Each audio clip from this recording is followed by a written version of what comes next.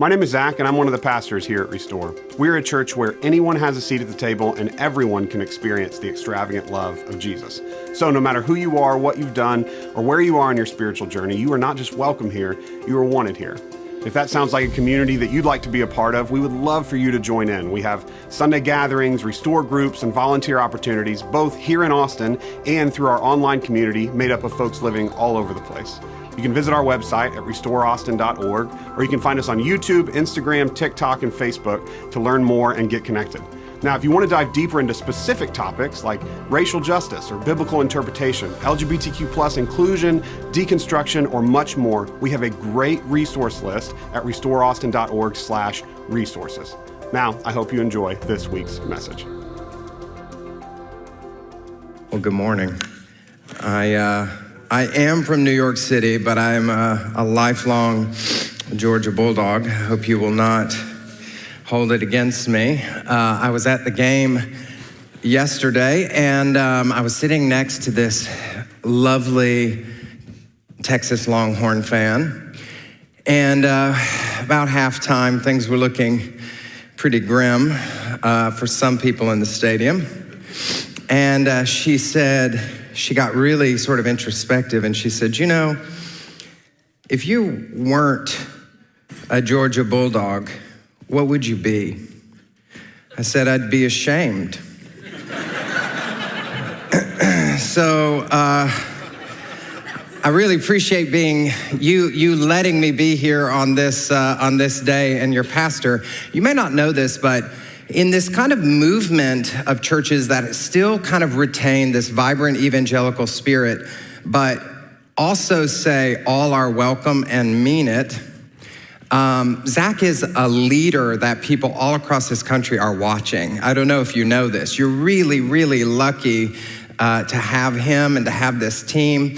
And so I hope you hold this place with appropriate gratitude, because it's really, really special, and a lot of people are watching what you're doing and taking that into their communities all across this country.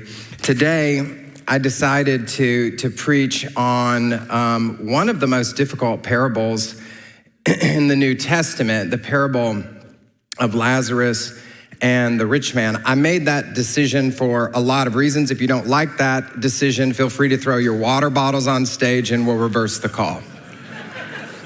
So we're coming today out of Luke 16:19 through 31. This is our text. There was a rich man who was dressed in purple and fine linen and lived in luxury every day.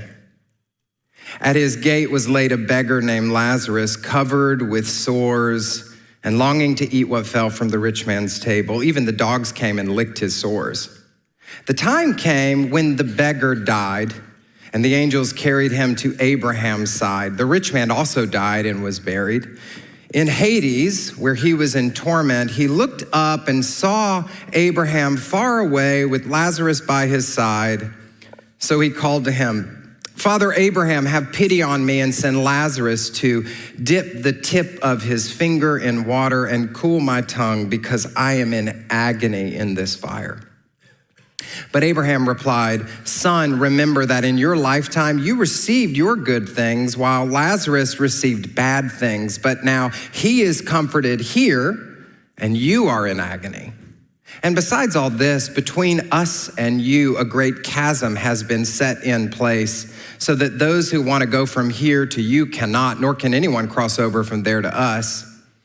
He answered, Then I beg you, Father, send Lazarus to my family, for I have 5 brothers. Let him warn them, so that they will not also come here to this place of torment. And Abraham replied, They have Moses and the prophets. Let them listen to them. No, Father Abraham, he said.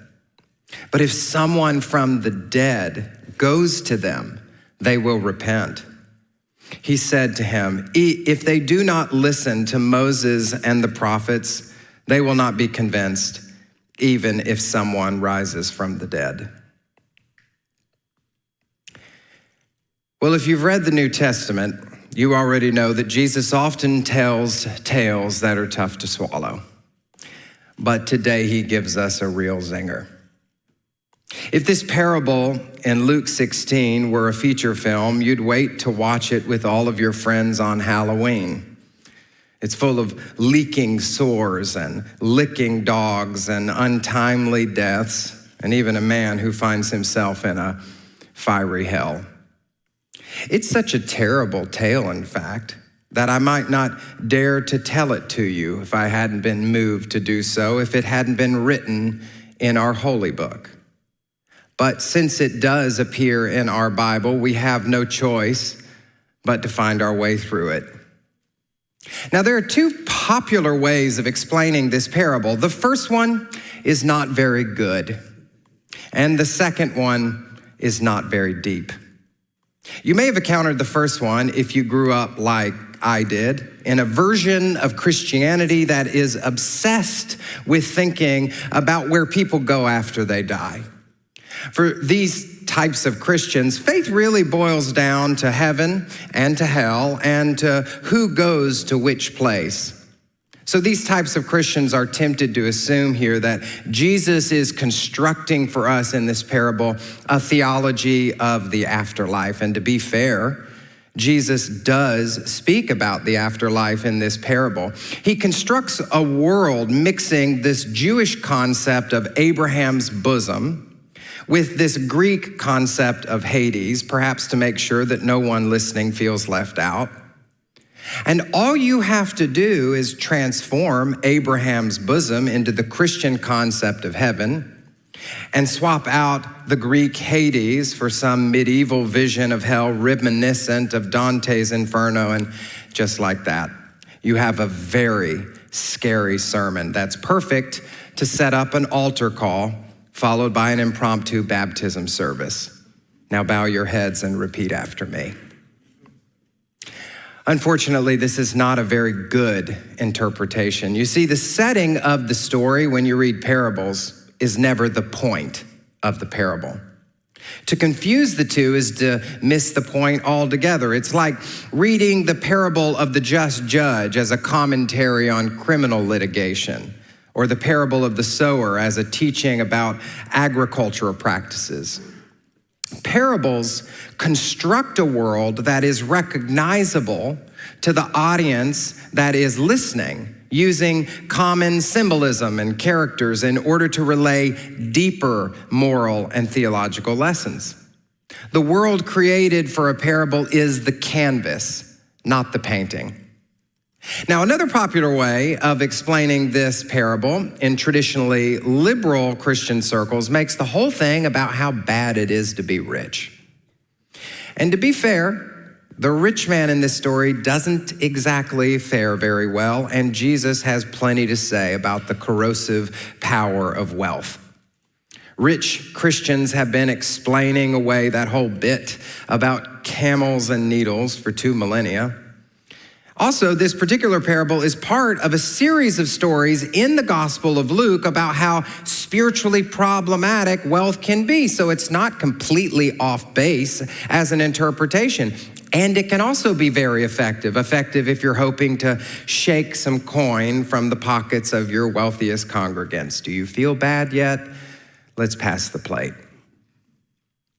Still, I have a hunch that Jesus doesn't take the time to tell this rather long story simply because he wants to throw a cup of icy water in the faces of 1%ers. So what do we make of this? If we want to get underneath the surface of this story, well, we must begin by remembering that the point of parables is not to trap us in prisons of fear or shame. The point of parables is to liberate us from the prisons we're already living in. Prisons that we've created by our false assumptions and destructive practices and misguided affections that aren't serving us or anyone else in our lives very well. Parables are invitations to consider truths that are often hard to swallow, but have the power to set us free. And this parable that Jesus tells us today is no exception. Rather than give us a double dose of fear or shame, it's inviting us to consider that when we divide the world into winners and losers, those who assume that they've won, are the ones who truly lose out. Now, if you only read the first 3 verses of today's story, you can identify the loser and the winner without having to think too hard. On the one hand, there's a rich man, and he's dressed in purple clothing and fine linen. Now, those details may not seem extravagant to you, since these days you're likely to find either one of those things on a clearance rack at the J. Crew outlet. But in the ancient world, purple dyed cloth and fine linen, those were some of the most expensive textiles a person could acquire. You only had to lay eyes on this rich man for a mere second, and you would know he was a person of great success. He was contributing to the GDP. He was helping to keep the economy growing. He sat on corporate boards, and buildings at the local college bore his name. Every entrepreneur in this room would be a paid subscriber to his Substack. Meanwhile, Lazarus was one of those poor, unfortunate souls sitting on the bottom rung of the socioeconomic ladder, where he's doing no good for anyone. He's not a productive member of society. He's not only unemployed, he's likely unemployable.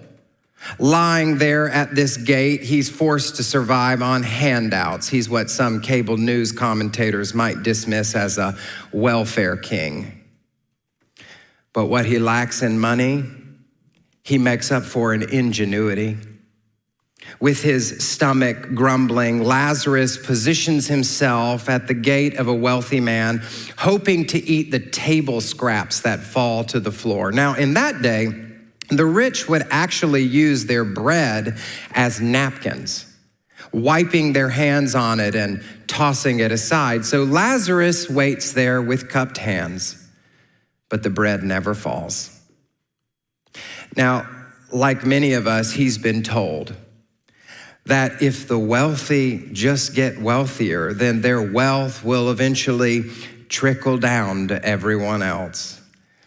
And like many of us, he's come to realize that the people at the top of the system are often far more interested in amassing and enjoying their money than sharing it with those at the lower rungs of the ladder. Now, if this isn't bad enough, Lazarus is sick, which is not surprising, since even today, poverty and illness so often go hand in hand. He could probably use a doctor, but old Lazarus has no health insurance. He can't afford the premiums. You see, Lazarus is what some presidential candidates these days might call a loser. And if any of us passed him stumbling down the street, I bet more than a few of us would call him the same thing, even if we were too polite to say it out loud. Many of you may know, or maybe you saw it insinuated from this last video, about 10 years ago, I relocated from the great state of Georgia to New York City. And everybody who lives in New York City knows that there are some streets that you can walk along no matter what time of day, and there are others you'll do your best to avoid after dark.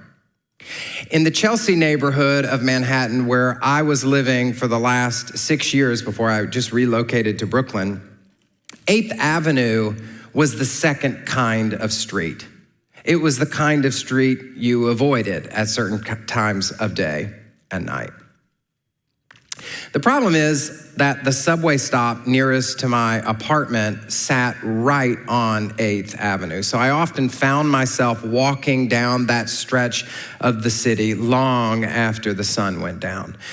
It was a few months ago, actually, after I finished seeing a Broadway play, I took the C train down 2 stops toward home just before midnight. Exiting the subway, I lowered my head and shuffled about 50 yards down 8th Avenue when I saw him. He was slumped against the brick wall of a bodega, head cocked back, mouth agape, glazed eyes staring at the moon. Next to him, on the concrete, was a needle and a syringe, the plunger pushed all the way down. As I passed by him, he mumbled something, perhaps a request for some money. I don't know. I wasn't really listening. And for a fraction of a second, I started to turn around and offer him some kind of help. But that fraction passed rather quickly, and I kept pushing toward home. He's an addict, I told myself. And even if I were to stop and try to help, well, he'd probably just end up back there anyway. Plus, I'm sure lots of people have tried to help him, and it hasn't done any good. If he wanted to walk a different path in life, he'd be doing it already. Plus, I have a busy work day tomorrow, and I need a good night's sleep. The story I told myself about this man who I did not know and how he arrived in his terrible situation grew bigger and more complex with every footfall. You know, it took less than a city block for me to rationalize why his problem was not my responsibility. And before I knew it, I was climbing into my very comfortable bed in my very comfortable apartment at a very comfortable distance from that man on 8th Avenue. It's amazing the stories we tell ourselves to distance ourselves from the plight of people who happen to live on lower rungs of the ladder than we do. There are, I suspect, not the types of stories that God tells, but they're useful. A couple of years ago, there was a large poll that was conducted to understand what Americans believe about the causes of wealth and poverty. When people living in households that earn $200,000 or more annually were asked what makes rich people so successful, the top answers were hard work, ambition, risk-taking, and self-discipline. And when they asked people what causes poverty, the top answers were poor life choices, drugs and alcohol, and lack of a work ethic. The animating idea at the core of our culture, this so-called American dream, is a bootstrapper myth. It says that anyone who's willing to put in the work, anyone who's willing to adopt what TikTokers call the grind set, can achieve their dreams no matter how big or bold. Now, this myth doesn't account for those who have inherited poverty, for example. It doesn't account for other realities of wealth inequality. Oh no, it's too busy telling stories to get bogged down in the details. And this has been hammered into our collective consciousness in films and on television and in novels and around our dinner tables. We've all been told so many rags to riches tales and Cinderella stories that we don't even stop to ask whether these narratives represent the exception or the rule. And so we live our lives hustling to achieve more accolades and earn more wealth and amass more stuff, all the while telling ourselves elaborate stories about how the suffering of so-called losers is their own fault and why winners like us shouldn't be bothered with it. Jesus doesn't tell us what stories the rich man is telling himself to rationalize how this loser, Lazarus, has earned his lot in life and why it wasn't the responsibility of a winner like him to intervene. But they must have been some doozies, because they gave him enough audacity to live a life of extravagance right in front of Lazarus's downturned face. Not only is he draped in purple and fine linen, which wealthy people wore in order to make a point about where they fell in the social pecking order, but Jesus says that the opulence on the rich man's body is matched by extravagance that goes into the rich man's body. It says he lives a life of luxury, which in Greek literally means he was feasting on the best foods. He's dining on the kinds of foods they don't carry in the grocery stores most of us shop in, and he has mountains of it.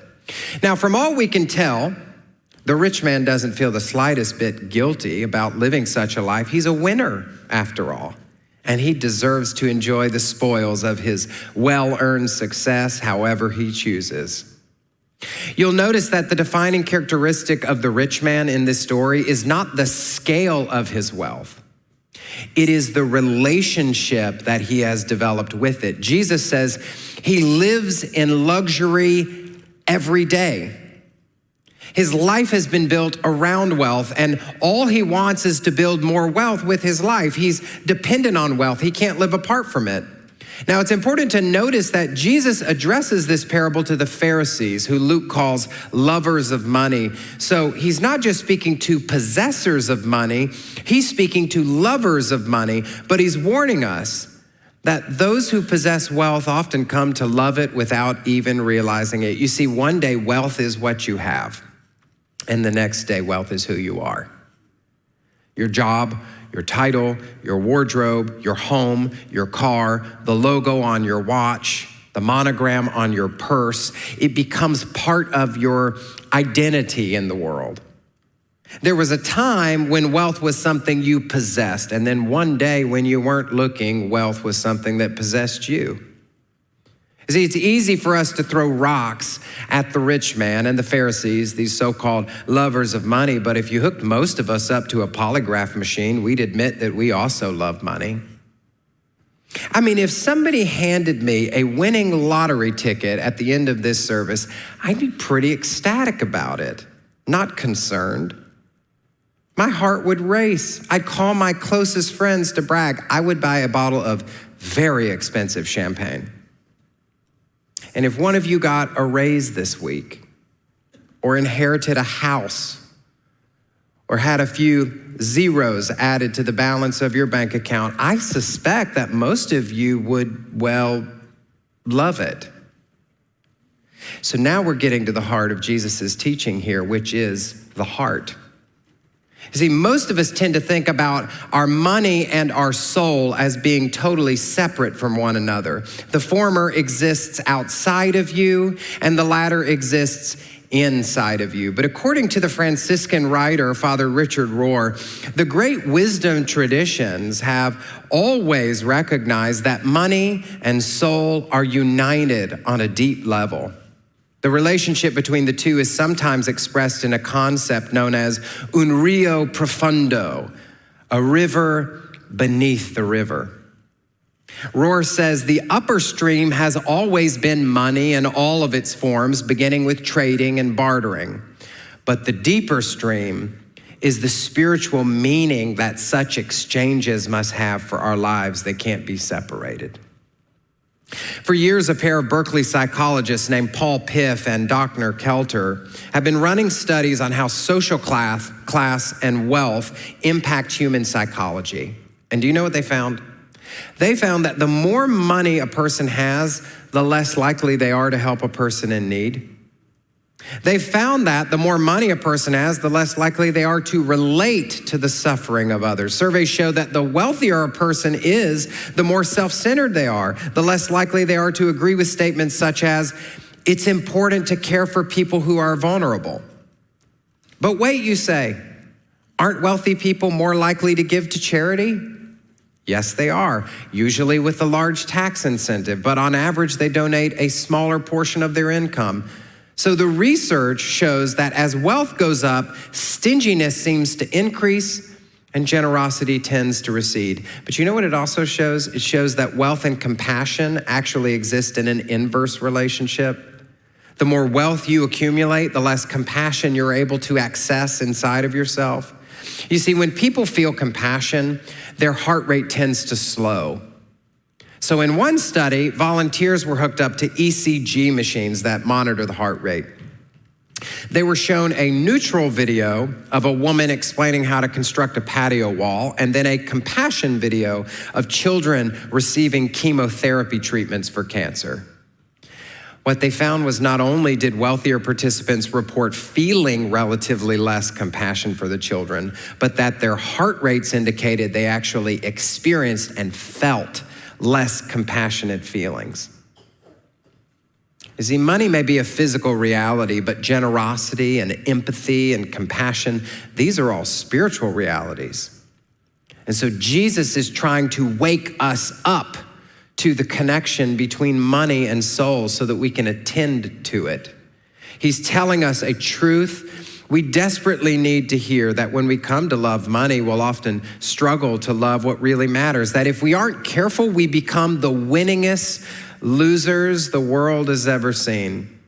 Of course, it doesn't just happen with money, it happens with our politics, the way we divide the world into the winners, the losers, the good guys, the bad guys, the people who get it, and the people who don't. And we, those of us who are evaluating the situation, always end up on the good side. You know, the wonderful thing about the people we deem losers is that they hold a special place in God's heart.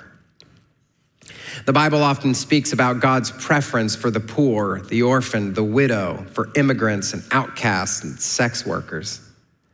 God takes a special interest in the people we overlook. God takes in the people that we cast out. And if you're paying attention, Jesus is dropping some subtle clues to remind us of these things. You'll notice that the rich man in this story isn't given a name, but Lazarus is.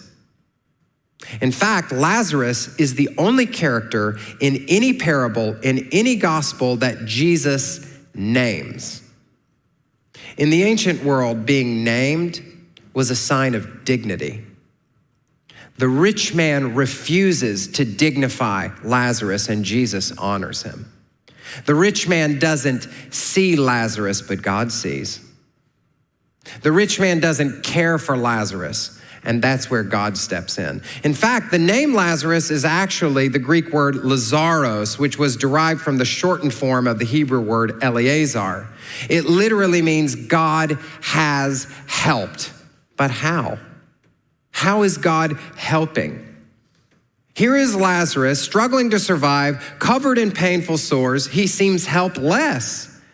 But then Jesus adds a curious note. You may have missed it. He says that the dogs come to lick his sores. Now, that sounds pretty repulsive and unsanitary to modern readers like us. But the saliva of dogs in Greco-Roman culture was considered to be medicinal or therapeutic.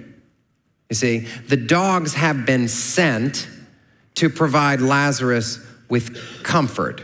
God has given Lazarus the very care that the rich man has refused him, and now we're getting down to some deep wisdom. You may not be as financially destitute as Lazarus, but you may know what it means to be left out or beat down, overlooked or neglected. And so there's a message here for you too. You may think that nobody sees your suffering, but God sees. You may think no one cares about your plight, but God cares. You may feel like a nobody in a world of somebodies, but the creator of this universe knows you by name. And you can trust that God is helping you and caring for you in ways you don't even realize. Now, with that in mind, we shouldn't be shocked to hear what happens next. Lazarus dies unnoticed and is immediately forgotten. There's no pomp, no fanfare. A stranger walks past his corpse, one less mouth to feed. The rich man also dies. He probably has an extravagant funeral during which the mayor dabbed tears from her eyes and laid the keys to the city in his casket. But suddenly, a reversal. Their fortunes have flipped. It's like that old school movie from the 1980s called Trading Places with Dan Aykroyd, who's this Wall Street trader who trades places with Eddie Murphy, this homeless man. I know it's an old reference. Give me a break. It came out the year I was born. I'm not that old, but it's a good movie. You should see it. Jesus says that the same thing kind of happens here. The rich man died and was buried, while Lazarus was carried away by the angels. The rich man ends up tormented in this mythical place called Hades in the cultural imagination, while Lazarus is cradled in this Jewish concept of Abraham's arms. You see, if we allow ourselves every day to love money and pursue status and obsess over possessions, and to puff ourselves up as the right ones or the good ones, the better ones, day after day after day, Jesus says eventually it will be too late. We'll be too far gone. The rich man spent his years fixated on the wrong things, dividing people from each other, concerned only with himself, separating himself from the suffering of others, the poverty of others, the people he considered to be losers. And then one day he's stuck. In fact, the rich man is so stuck in his ways that even the shock of being in Hades cannot disrupt his sense of privilege and self-centeredness. So he asks for Abraham to send Lazarus to give him the very comfort he refused to offer in life. But Abraham says this is impossible. There's a ditch separating them, and it is impossible to cross. So the rich man makes another request for Abraham to send Lazarus to warn his brothers so they won't end up in Hades. Because surely if somebody goes from the dead to warn them, they'll change their ways. And Abraham again denies his request. If they don't listen to Moses and the prophets, they won't be convinced, even if somebody rises from the dead. Even on this side of the grave, the rich man cannot see the humanity in Lazarus. The rich man treats him like a water boy, a gopher, a personal assistant. But the rich man isn't calling the shots in God's kingdom. So no, Lazarus will not be doing his bidding. Now, Abraham says there's a great chasm separating the rich man and Lazarus, and apparently it has grown so large that crossing it is an impossibility. Now, Father Abraham doesn't tell us who created this chasm, but we can figure it out. God does not create poverty, but we do. And God does not dig ditches that separate people from each other. That's all on us too. This man's been digging this ditch his whole life, and now he's living with it. So many of us construct chasms by our own neglect, our own separations, cutting us off from the things we truly treasure, cutting us off from our neighbors, from God, from our very own lives. The rich man has spent his life digging this ditch, and now he's trapped in a hell of his own making. Will we do the same? This is what Jesus is asking.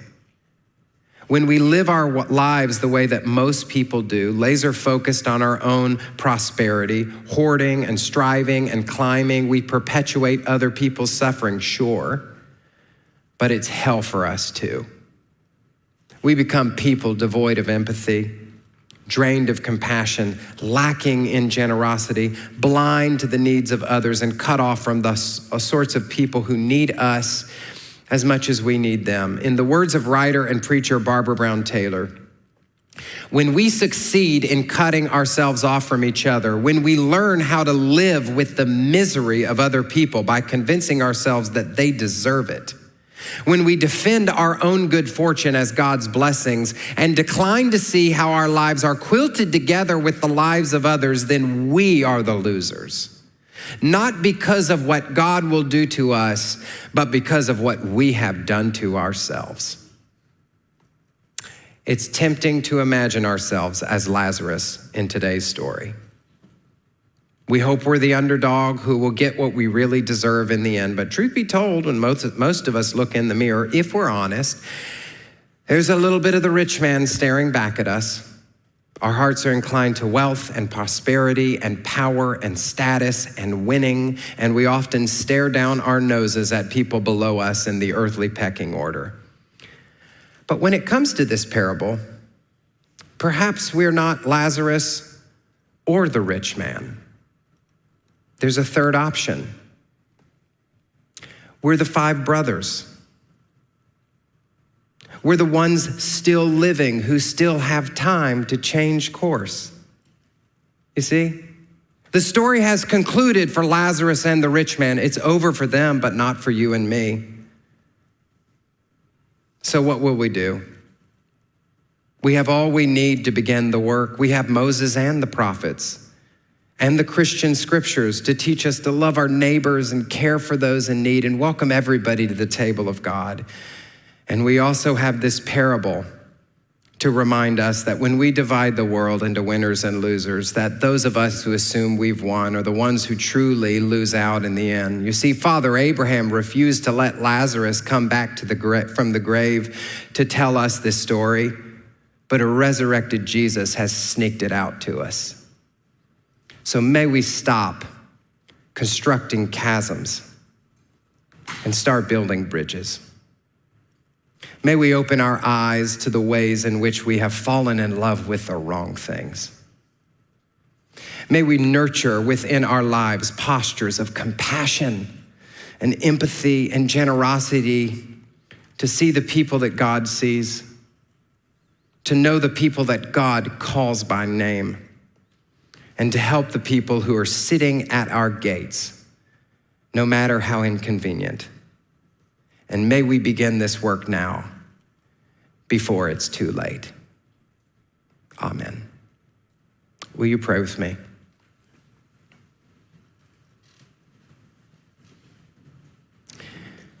God, we thank you for giving us wisdom that sometimes is hard to swallow, but is always good for us. This is a word that has come to us today that is nutritious. It has things for us to build us up, to make us better, to make us healthy. God, I pray you would give us ears to hear what you have come to say to us today through the revealing power of your Spirit. We ask for you to transform our hearts in the name of the Father and the Son and the Holy Ghost. Amen.